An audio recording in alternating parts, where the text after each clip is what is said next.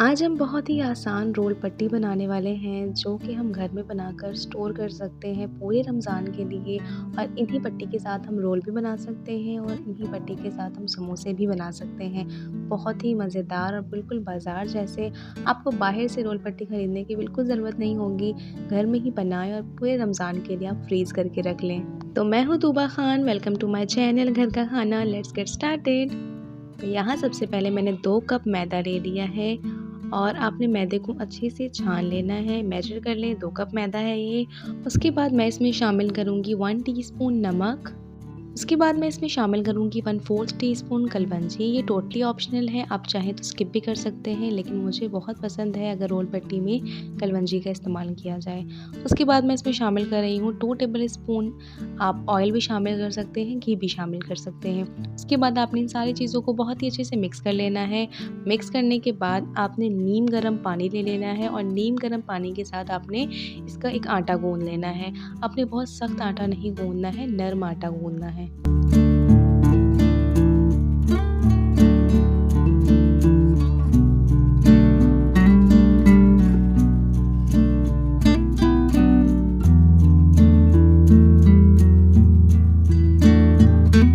यहाँ मैंने बहुत ही नरम आटा गूँध लिया है और अब मैं इस आटे को रेस्ट दूँगी तकरीबन 15 से 20 मिनट के लिए।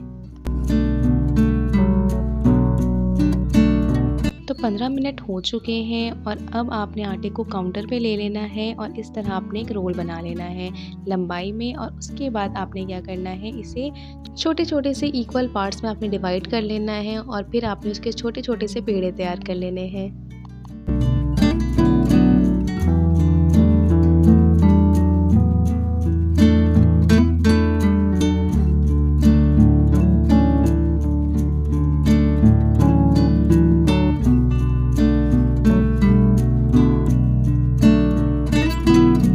तो यहाँ मैंने सारे पेड़े बनाकर तैयार कर लिए हैं। अब हम नेक्स्ट प्रोसेस की तरफ चलते हैं। अब मैंने यहाँ पे एक पेड़ा ले लिया है। आपने हल्का सा इसके ऊपर डस्ट करना है मैदा। उसके बाद आपने इसे बेल लेना है। बहुत बड़ी रोटी नहीं बेलनी है, छोटी सी रोटी आपने बेल लेनी है।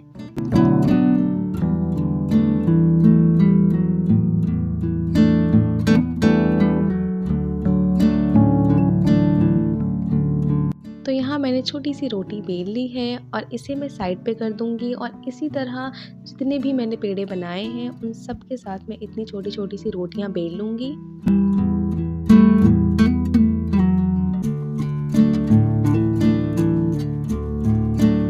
तो मैंने सारी रोटियां बेल ली हैं। उसके बाद आपने क्या करना है, एक रोटी को लेना है, उसके ऊपर आपने ऑयल से अच्छे से उसे ग्रीस करना है और उसके बाद मैदे से आपने अच्छे से डस्ट करना है।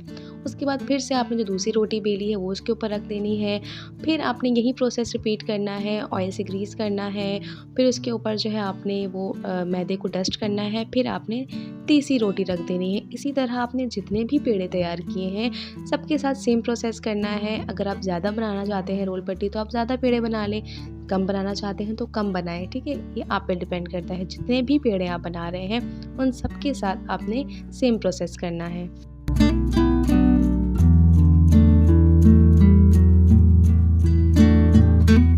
तो यहाँ मैंने रोटियों की अच्छे से लेयर लगा ली है। आपने हाथों की मदद से अच्छे से पहले दबा के इसे प्रेस करना है।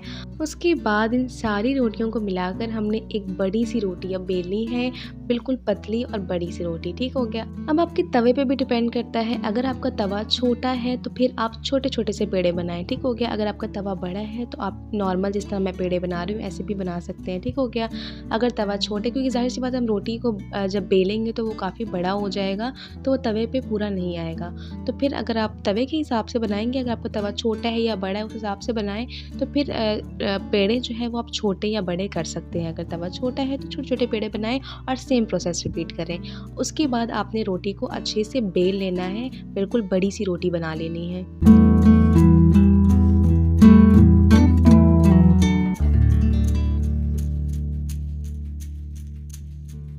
तो यहाँ मैंने काफ़ी बड़ी सी रोटी बेल ली है। अब हमने क्या करना है, इस रोटी को सेकना है। तो चलते हैं नेक्स्ट प्रोसेस की तरफ।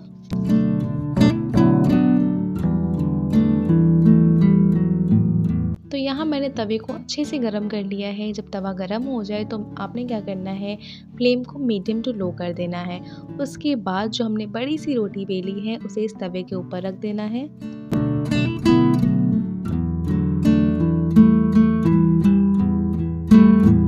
अब हमने मीडियम टू लो फ्लेम पे इस रोटी को एक साइड से अच्छे से सिक जाने देना है। हमने इस रोटी को पकाना नहीं है, बस हल्का सा हमने इसे सेकना है ताकि हल्की सी जब बबल्स आने लग जाए ना तो आपने इसे पलट देना है।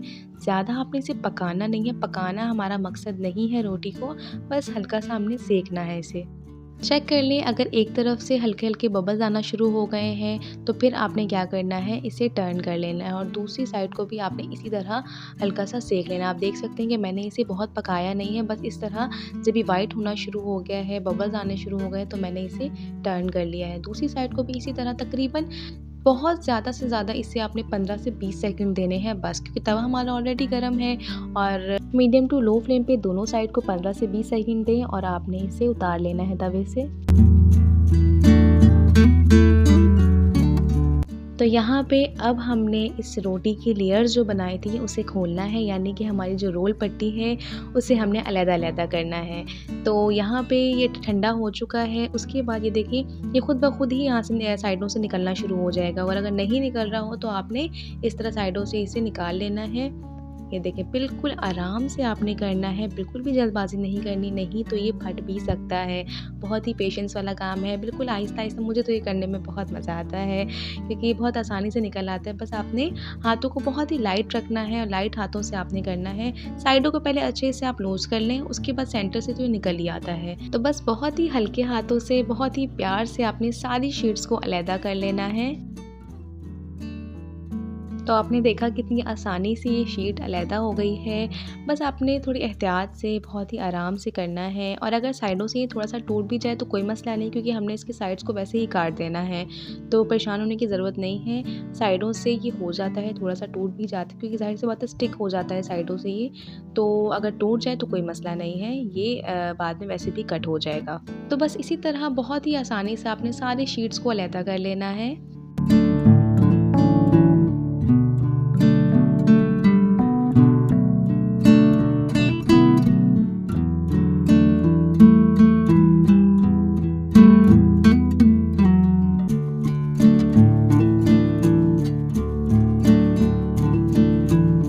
तो यहाँ मैंने सारी रोल पट्टी को अलहदा कर लिया है और आप देख सकते हैं कितनी ज़बरदस्त शीट्स बन के तैयार हुई हैं और बहुत ही पतली, मेरे हाथ भी आर-पार नज़र आ रहे हैं और बहुत ही ज़बरदस्त शीट्स तैयार हुई हैं, वो भी घर पे। और देखा आपने कितनी आसानी से ये बन गया है, कोई भी आपको मुश्किल नहीं आई और इसी तरह आप काफ़ी सारी शीट्स बना के तैयार कर सकते हैं बिल्कुल सेम प्रोसेस से। तो ये सारी शीट्स तो मेरी बन गई हैं। अब क्या करना है, इसके रोल्स कैसे बनाने हैं वो मैं आपको बता देती हूँ। तो सबसे पहले आपने इसके साइड्स को कट करना है, यानी कि पहले आपने एक-एक शीट लेनी है और इसके आप सारी शीट्स के साथ भी कर सकते हैं, लेकिन मैं प्रेफ़र करती हूँ कि एक-एक शीट लेके उसे कटिंग करूँ तो अच्छे से कटिंग हो जाती है। नहीं तो कोई रोटी छोटी या बड़ी होती है तो कटिंग सही नहीं हो पाती है।